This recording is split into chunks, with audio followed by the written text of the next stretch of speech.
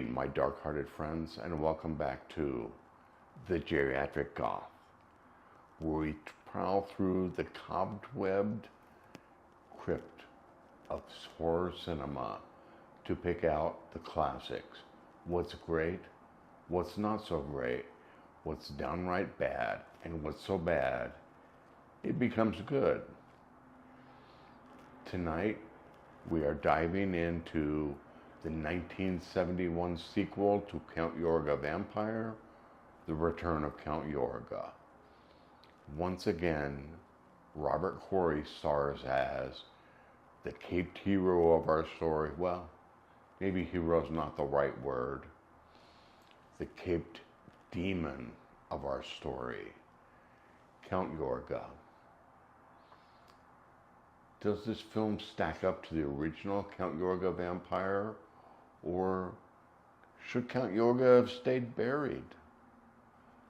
Let's find out. The early 1970s were a fascinating time for vampire cinema. On one hand, Hammer Studios was still releasing their gothic Dracula films with Christopher Lee, leaning into lurid colors and period settings. On the other hand, American filmmakers were starting to modernize the vampire myth, transplanting it to contemporary settings. Count Yorga sits right in the middle. Unlike Hammer's timeless castles, Yorga's vampire lair is a California mansion. He mixes old world menace into a new world psychology, making him a bridge between the gothic tradition and the modern urban vampire. When compared to Blacula, which came out a year later in 1972, Yorga feels more reserved, but still a clear attempt to update vampire lore for a modern American audience. So, how does The Return of Count Yorga actually play as a film? The story begins with Yorga resurrected once more, now setting his sights on a new set of victims connected to an orphanage.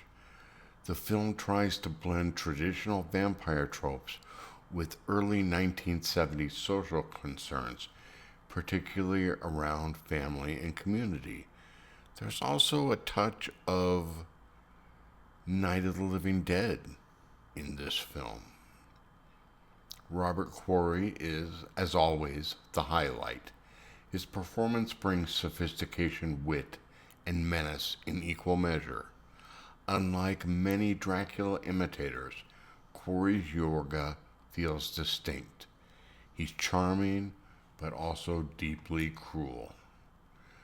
The direction by Bob Keljan is atmospheric, and the California setting works surprisingly well, although at times it lacks the visual richness of Hammer Productions. The pacing is uneven.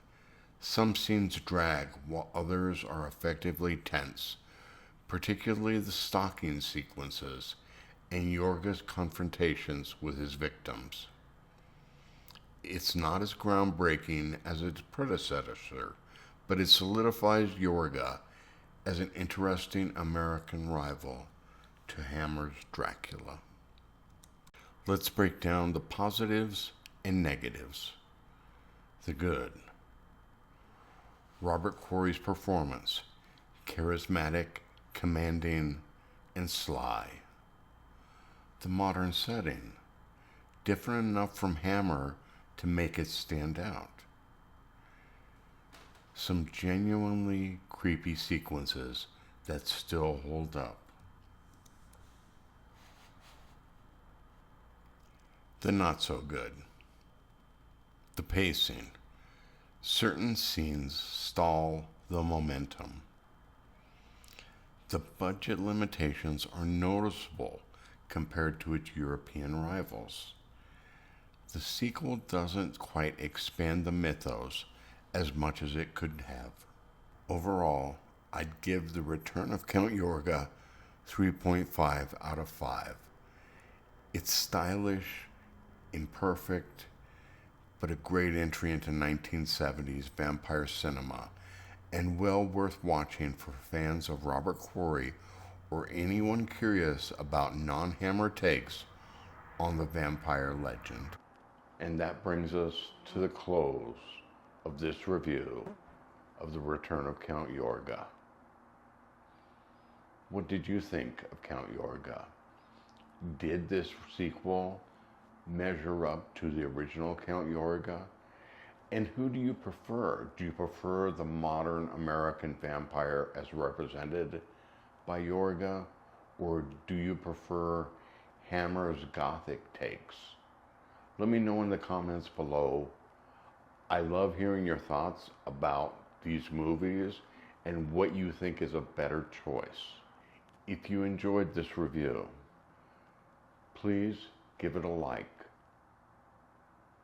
If you'd like to follow what we're doing for reviewing older horror movies, don't forget to subscribe to the channel, the Geriatric Goth, for more horror reviews, digging out the classics and treasures that are buried in the crypts of American cinema.